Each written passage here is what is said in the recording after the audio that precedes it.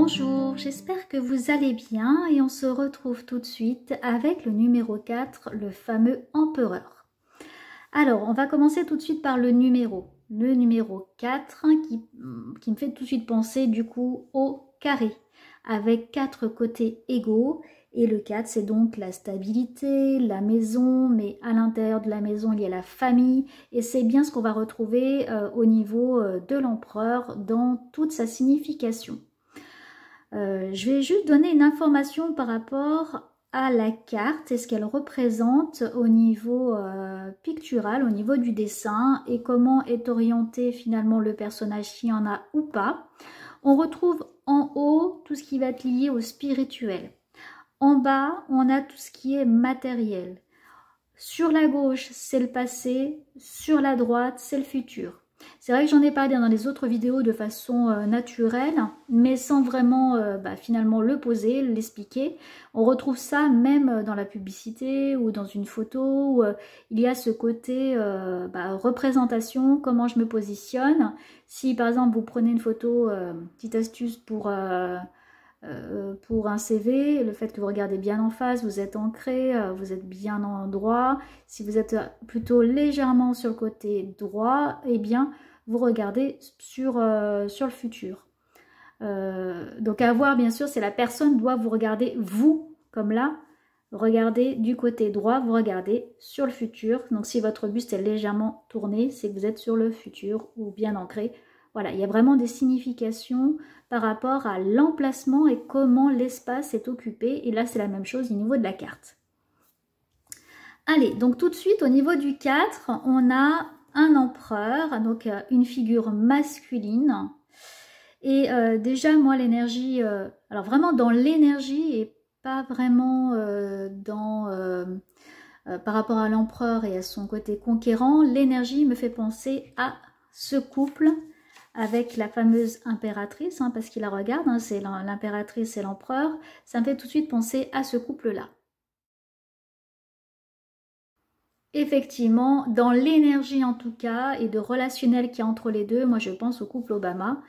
Par contre, Obama, pour moi, ne représente pas l'empereur par rapport à son côté conquérant, même s'il a quand même ce côté charismatique, mais il a moins cette soif finalement de conquête que peut avoir du coup l'empereur. Par contre, l'énergie est bien représentée pour moi. Alors, on va regarder d'un niveau dessin, représentation. On a un empereur qui est très très stable au niveau du matériel. Il est posé sur un pied, ce pied tourné vers le passé, donc vers toutes les connaissances engendrées avant, est bien stable. Il est à la fois debout et à la fois assis.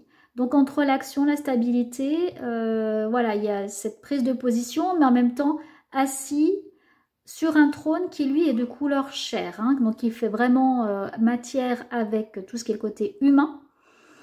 On voit là, ici, cet aigle royal qui est bien ancré avec cette flèche bien ancrée sur le côté matériel, donc stabilité comme une tour qui s'ancre, qui s'installe réellement, et en même temps, il a ses deux pattes de chaque côté, donc il a cette faculté finalement avec ses deux pieds posés à être stable malgré quelque chose d'instable.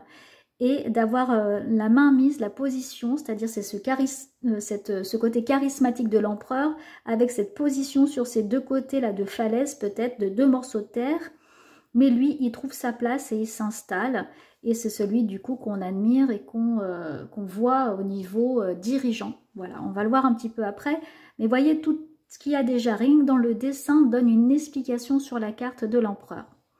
Alors lui, il est tourné vers le côté gauche, mais parce qu'il regarde son impératrice. Parce que l'empereur, lui, il est vraiment côté droit, côté futur. Dans d'autres représentations, comme là, avec le Devin Moon, d'ailleurs, il a la tête tournée sur la droite. Donc, il tient bien ce spectre, comme une arme, avec la terre. Donc, il le tient bien droit, comme un conquérant.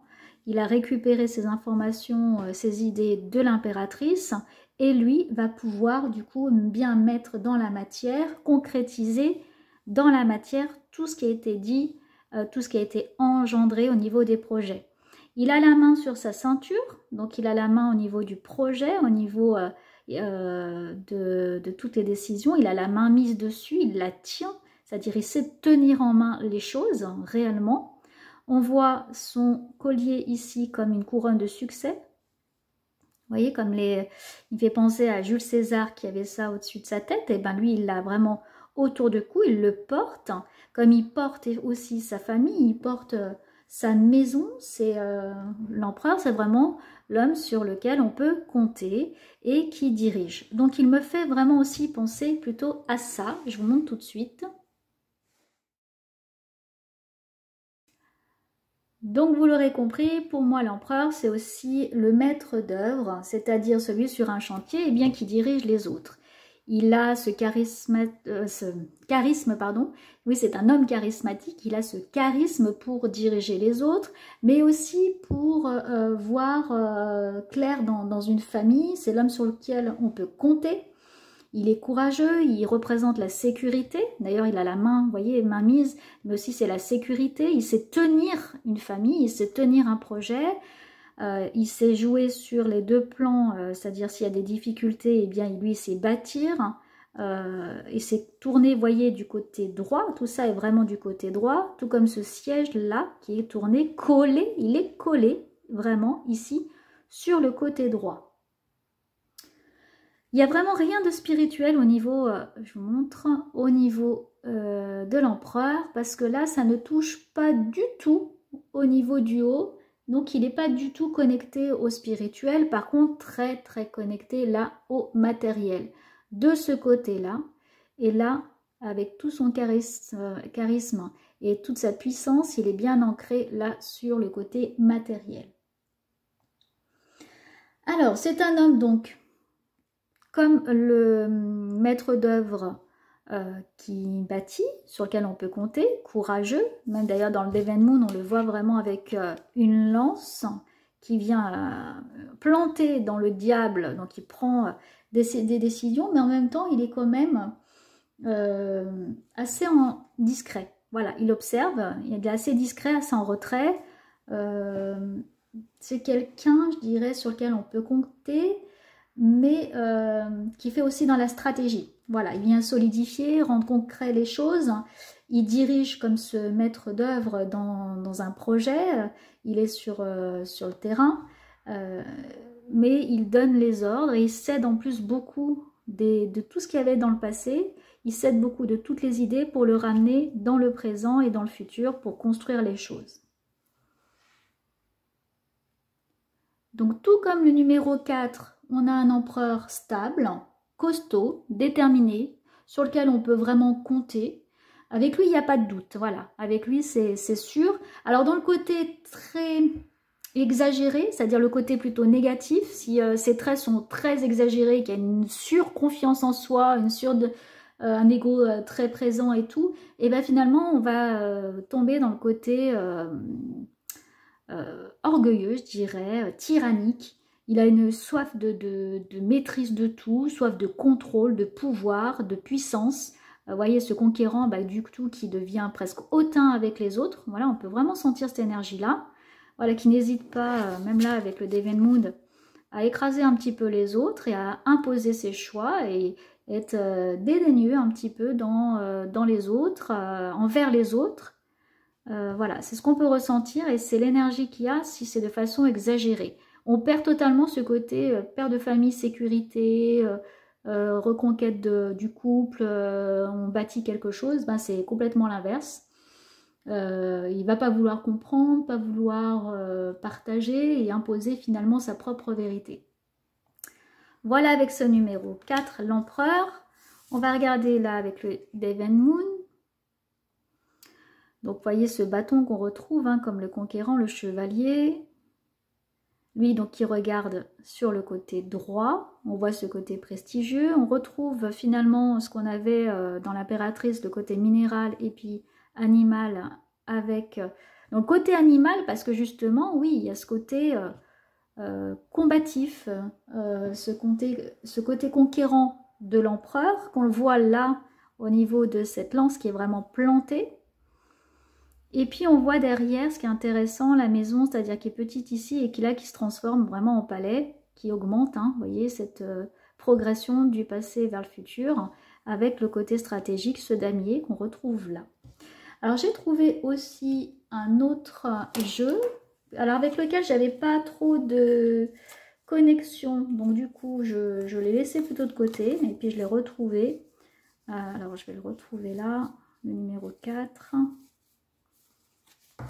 Ouais, je l'avais mis de côté. C'est le tarot égyptien.